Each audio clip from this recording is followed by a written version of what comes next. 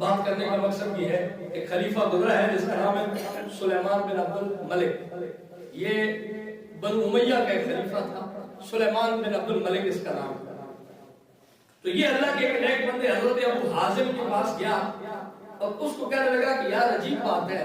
اللہ کے اس نیک بندے کے پاس جا کر کہنے لگا کہ عجیب بات ہے, ہمیں موت سے بڑا ڈر لگتا ہے, ایسا کیوں ہے, ہم موت سے کیوں ڈرتے ہیں؟ تو قربان جائے اللہ کے نیک بندے نے کیا کمال کی ترجمانی کی.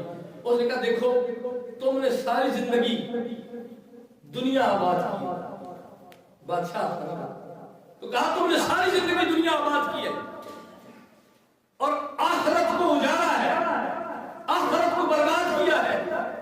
تو فرمایا تم خود سمجھدار ہو کہ آبادی چھوڑ کر ویرانے کی طرف کوئی نہیں جاتا, اس لیے مرنے سے ڈر لگتا ہے کیونکہ وہاں کچھ انتظام نہیں کیا. آباد سب کچھ یہاں کیا ہے, انتظام سارے یہاں کیے ہیں, تو پھر وہاں جانے کا دل کیسا کرے؟ فرمایا اگر وہاں آباد کیا ہوتا نا تو پھر وہاں جانے میں فکر نہ ہوتی, پریشانی نہ ہوتی. اس نے پھر سوال کر دیا, اس نے کہا جی قیامت کے دن جب ہم اپنے رب کے سامنے پیش ہوں گے تو وہ کس طرح ہوگا؟ تو انہوں نے کہا جی بڑی آسان سی بات ہے, جو نیک بندہ ہوگا وہ اپنے رب کے حضور ایسے پیش ہوتا ہے کہ جیسے کوئی بندہ گم ہو جائے نا تو اپنے گھر والوں سے ملتا ہے خوشی خوشی سے.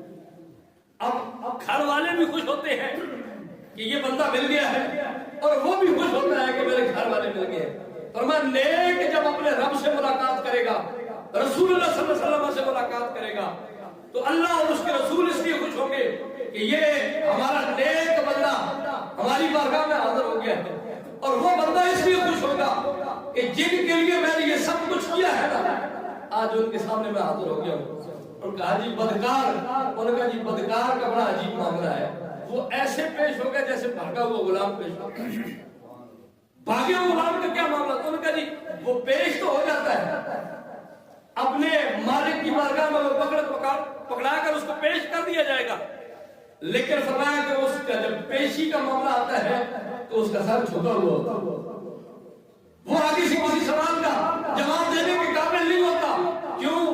کہ وہ اپنے مالک کی نافرمانی کر چکا ہوتا ہے. فرمایا بدکار بندہ جب رب کی بارگاہ میں پیش ہوگا تو سر جھکا ہوا ہوگا, اس کے کسی سوال کا اس کے پاس کوئی جواب نہیں ہوگا.